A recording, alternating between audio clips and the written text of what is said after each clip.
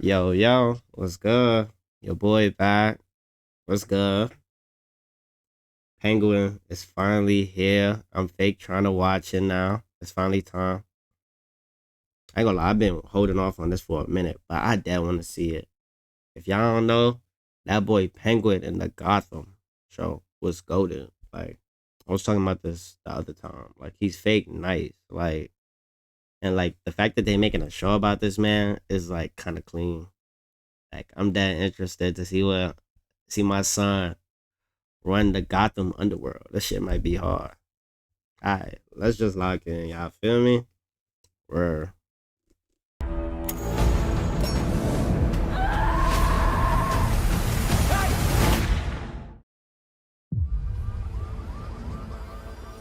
When I was a kid, there was a gangster, real old school type, Rex Calabrese. He was a big deal. He helped people. He saw you on the street, he'd call out to you. When I'm 14 or something, this might there's be a heart attack hard. and dies. Still holding a cigar. In my neighborhood, they throw a parade in his honor. A friggin' parade. And this nigga, he fake clean with But it his wasn't actor fancy. though. But it was a gesture. To show love for what he meant.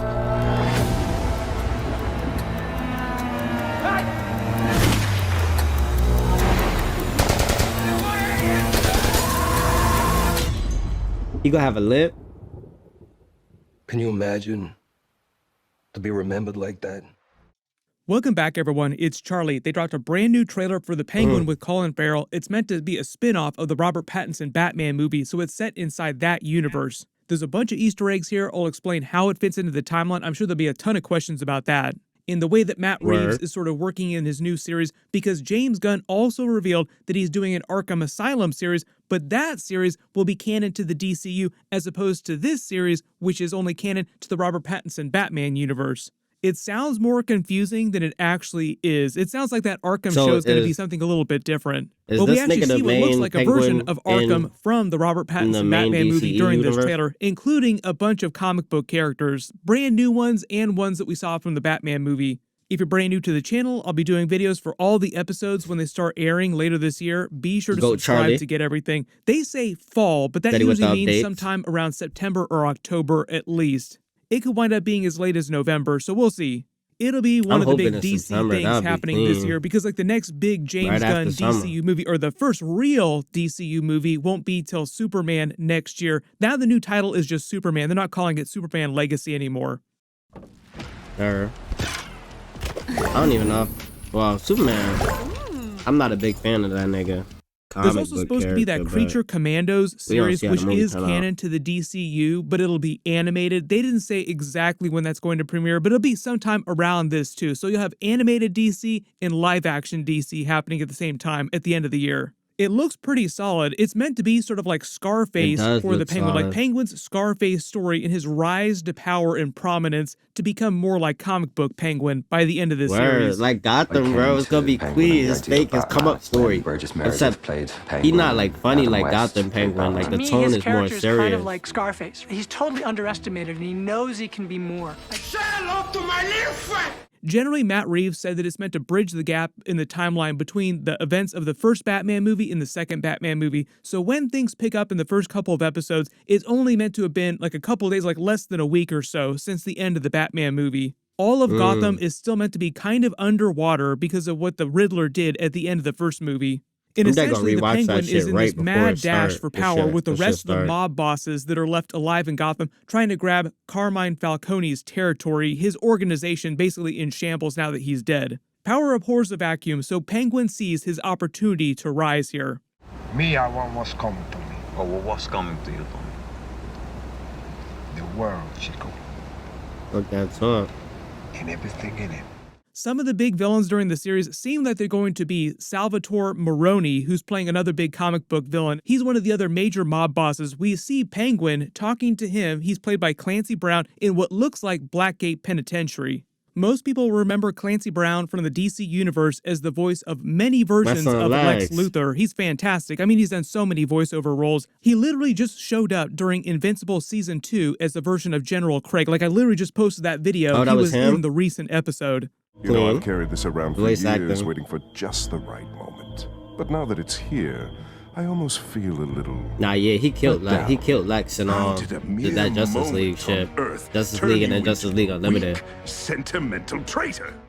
If you remember during the events of the first movie, they explained sort of the history of the Robert Pattinson Batman universe. Carmine Falcone basically turned against the other mob bosses using Thomas Wayne's foundation that they'd turned into their own personal piggy bank to launder their money. Salvatore Moroni had been the one behind the drops, which they explained as this big drug that's making its way around the city. Carmine Falcone wanted his territory, so Carmine sold him out to the police, framed him for a bunch of stuff, got him thrown in prison, and then took over his territory. Generally, the way that Matt Reeves has talked about it, like the vibes of their scenes in the trailer, make it seem like Salvatore Moroni hasn't lost his edge in prison. Like he's still trying to rule from behind bars. Like he's going to try and reclaim all of his territory now that Carmine is dead. On top of that, you have a lot of Carmine's family who are still alive. Kristen Milioti is playing his daughter, who's Penguin's love interest during the series. They might wind up introducing some kind of twist where she tries to take over her father's organization, which would make her a competing force against Penguin. Then you have all the people that are left in Carmine's organization that are still loyal to his memory and don't want Penguin to take over, so they're going after him too. So it's one of those deals where Penguin is trying to vie for power within that former organization, and a bunch of people from all different sides and different mob factions are coming for him. That's why we make all the Scarface references. They don't want to make him seem like an anti-hero. Like, they're not doing that to him. You're still meant to look at him as a villain, but you're meant to root for the villain. Sort of like a Sopranos kind of way. Penguin doing his best Tony Soprano. Just starting at the beginning of the trailer, going through shot by shot, there are a couple flashes here. The ring on his finger is probably meant to be representative of his rise to power, like the ring of rulership. One ring to rule them all. This kid is someone that he finds on the streets and then takes in and becomes one of his loyal lieutenants, eventually. It sounds like his speech about Rex Calabrese during the trailer is him talking to that kid, explaining how when he was younger, he looked up to him and how he became this really big person, this big figure in Gotham City. Basically using it as a template for his own rise to power. Like, can you imagine what it would be like for people to love you that way, to remember you that way? Rex Calabrese is also a big comic book character, but he was introduced during the New 52, so relatively recent comic book character. He was known as the Lion. He's meant to have ruled Gotham City before he was pushed out by Carmine Falcone's gang. That's why Penguin is saying this is happening back when he was a teenager. It sounds like they aren't doing everything from his comic book backstory. What they did, though, is they retconned him in the comics to be the biological father of Catwoman.